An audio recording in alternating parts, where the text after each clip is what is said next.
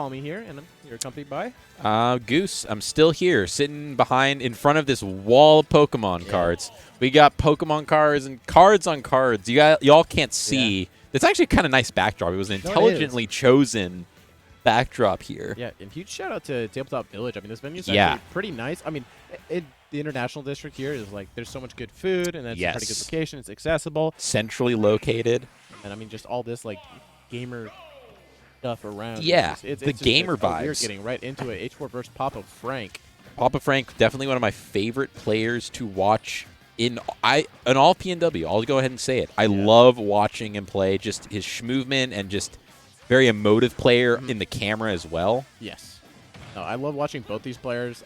Frank is definitely just super interesting with, like, kind of how he moves around the stage and using platforms. I just think it's one of those things he has incredibly optimized, but Chrom is an unfortunate character where his recovery is like bottom 3 in this game, so he definitely struggles in these situations, and Pikachu is going to be able to capitalize on that. With that being said, doing a really good job of just, if you're going to trade hits back and forth, Chrom definitely can go beat for beat with Pikachu. Got some strong moves, and definitely, I actually don't know where Chrom is on the weight. Probably very smack dab in the middle, if I had to guess. But at this war of attrition right now is looking pretty darn good. And, yeah, Pikachu's fine. Pikachu's totally fine, but not fine in terms of percents. Very much in kill percent. Yeah.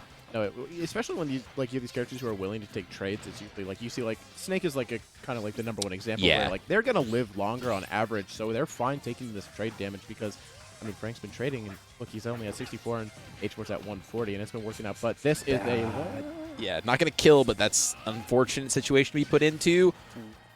I'm surprised that reached there, actually. I am too. I thought that was the correct read from H4 with the F smash, and I'm very surprised that did not connect. That was a deep landing there. I mean, going from that high up and it actually still connecting. Okay, this is definitely going. I mean, H4's kind of brought it back super hard right now, and Frank's really struggling to find this kill. Okay, I like the usage of the up beat there, kind of facing it the way where it's going to connect on H4 and swinging him down. Oh my god, Needs still alive. It's really weird seeing, frankly, both of these characters at this high of a percent. 173. I mean, Pikachu's going to die to just being breathed on at this point.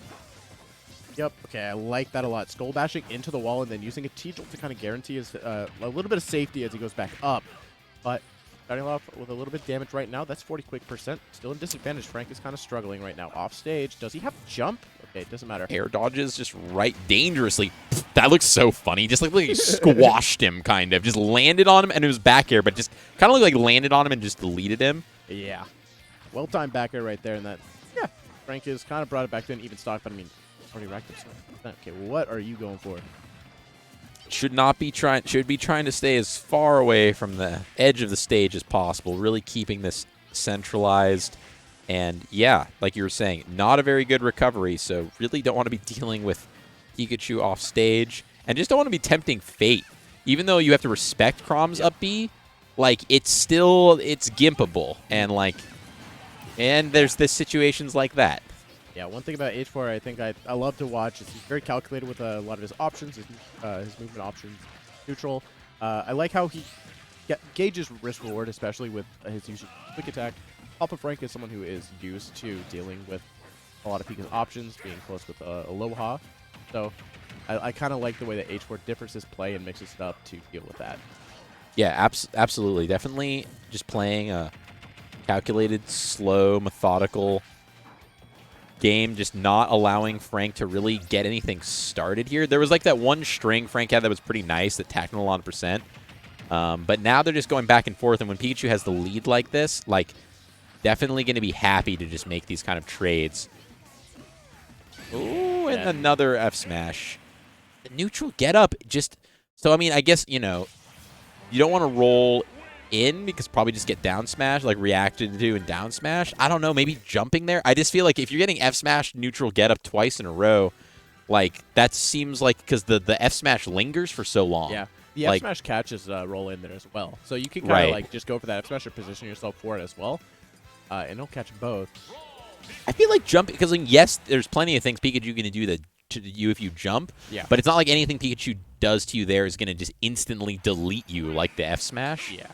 Maybe needs to try mixing that up. Just running it back. I don't think the stage, frankly, really played much of a role, like, at all. So, you know, both of them were able to use platforms for different things. Both were playing decently scrappy. I think, yeah, the run back doesn't even really surprise me. I mean, it makes sense to go right back onto the stage. Yeah, I was going to say what you were saying earlier, but Papa Frank is definitely, his ledge timings have pretty been similar within the same time frame, like not much of a difference. And H4 was definitely catching on, and that's what led to those situations. Okay, I like that. Thought he was off stage still, so it went really upbeat, but we're at pretty even percents right now. Yeah, starting it off, just both of them jockeying for control of center stage. Hasn't been off stage, which Wow. Oh, wow. And that kid, yeah. That was surprising because you just I don't know. I just feel like that doesn't happen that often where Pikachu's able to catch you like that. And now here come the loops. Yeah, no, and then immediately starting off with the loops. I mean, just that 60 quick percent from H4. I mean, definitely super nice. I mean, I feel like you never really see a Thunder Read like that against a character that has such good air drift as Chrom. I feel like they're usually just not in a position to get caught by it. Not really sure if it was just Chrom or just like getting caught sleeping at the wheel.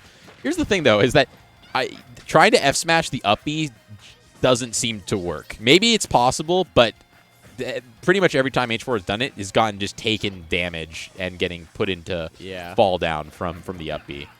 And I just don't know if that's Frank kind of putting himself in the right spot with the up B and like timing it or like getting himself in the right position, or H4 just dashing a little too far forward. Because I definitely feel like Pika F smash should outrange. Yeah, it definitely can. Just maybe not quite getting it perfectly, but it doesn't seem to matter because down smash for sure going to take the stock, and we're looking at a 3-stock deficit here. And I mean, 123 definitely decently high for Pikachu, but I don't know. The momentum from this game just wow, that was a really nice catch and neutral right there, going for that quick little dare.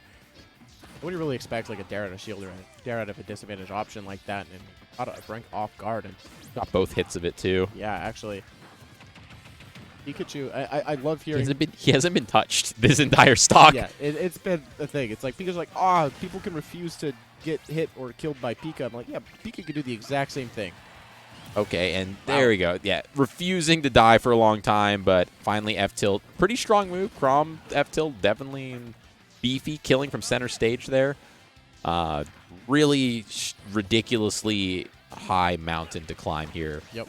Needs to get something started here. Needs to go for, like, frankly, needed to convert that into, like, a down air or something crazy to, like, really make anything happen. Because this more steady war of attrition kind of playing neutral, I just don't think is going to do it. And, yeah, the back air is going to take that.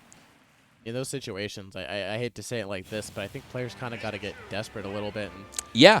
That's what I'm saying. Like, when he was getting that advantage state start, I was like, I wanted to see him go off stage and go, like, freaking down air at, like, 40%. Which still probably wouldn't even killed because it's Pikachu. It's PS2. There's a high spike blast zone there. Yeah, that's true. Yeah, so maybe it would have killed. That's what you needed to get back in that game is some ridiculous off-stage shenanigans, which never is great. But we saw, I don't know if you were watching the Super Colonel set against Corn Cycle.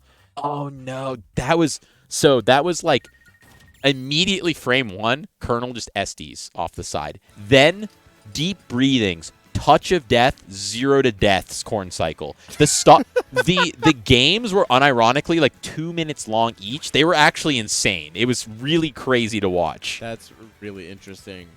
And I guess that's kind of how it goes when you have deep breathing. That character just turns into like an SG character. It's like you essentially have like a better version of Arsene almost. Yeah, with I mean, worse approach options. And Corn Cycle also just like wasn't respecting deep breathing, and just like he was just playing very disrespectful in the sense that he was like, oh, whatever, and like Super Colonel was like, all right, here, hold 85% and then die. Yeah, and like this went back and forth. Corn Cycle did eventually take the set and was also spiking him off stage because unfortunately for Wii Fit, like if Wii Fit had good recovery, character would be insane. Yeah. I think the biggest issue that kind of character does have, I mean, so yeah, recovery is a big problem, but also just their approach options to neutral. Like, their best tools are fair and landing there. And both are very, predictable. They're predictable.